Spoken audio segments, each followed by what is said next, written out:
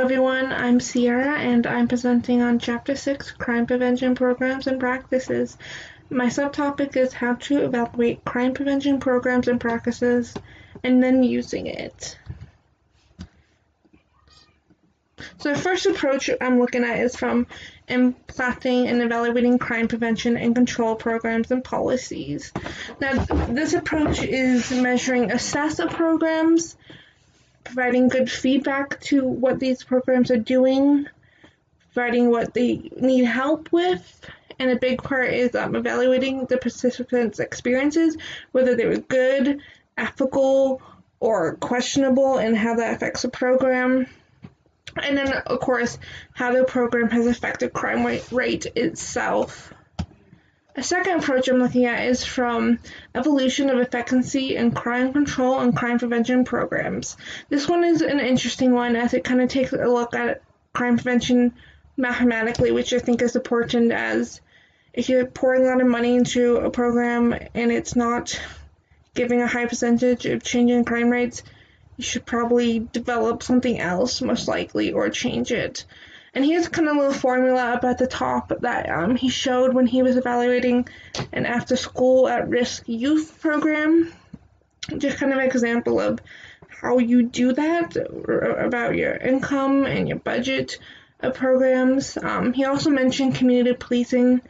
As we know from the class, community policing takes and look and tries works with the community and overall has crime prevention built into it. So you're saying community policing is in itself crime prevention on many levels.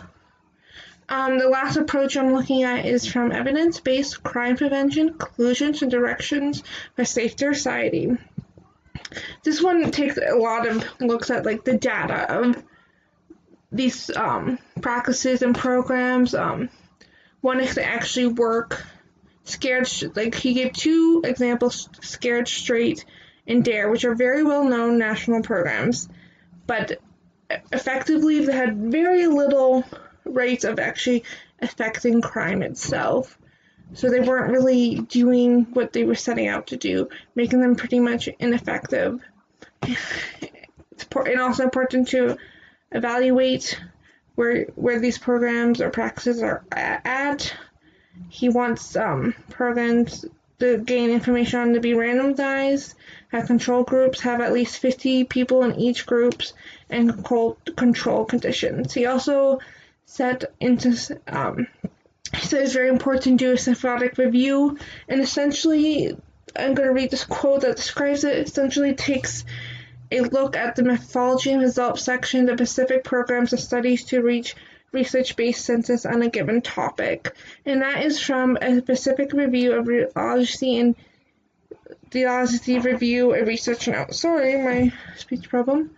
So that another look at it is just kind of looking at how you get those numbers of data about programs and if they work. Another interesting one I looked at was hypothesis and how those work regarding crime prevention. So these are articles specifically targeting crime prevention hypotheses. So the first one here is testing for analyzed bias and crime prevention experiments. Can we accept Esther's one-tail test? And so basically this article is saying that you should have bi-directional hypothesis, that you're testing for multiple ideas, items, and hypothesis. You're not just looking at one thing for crime prevention. And over here it's applied to comments by David Olds and Lawrence Sherman, which is applying to this article, which was applying to his original article.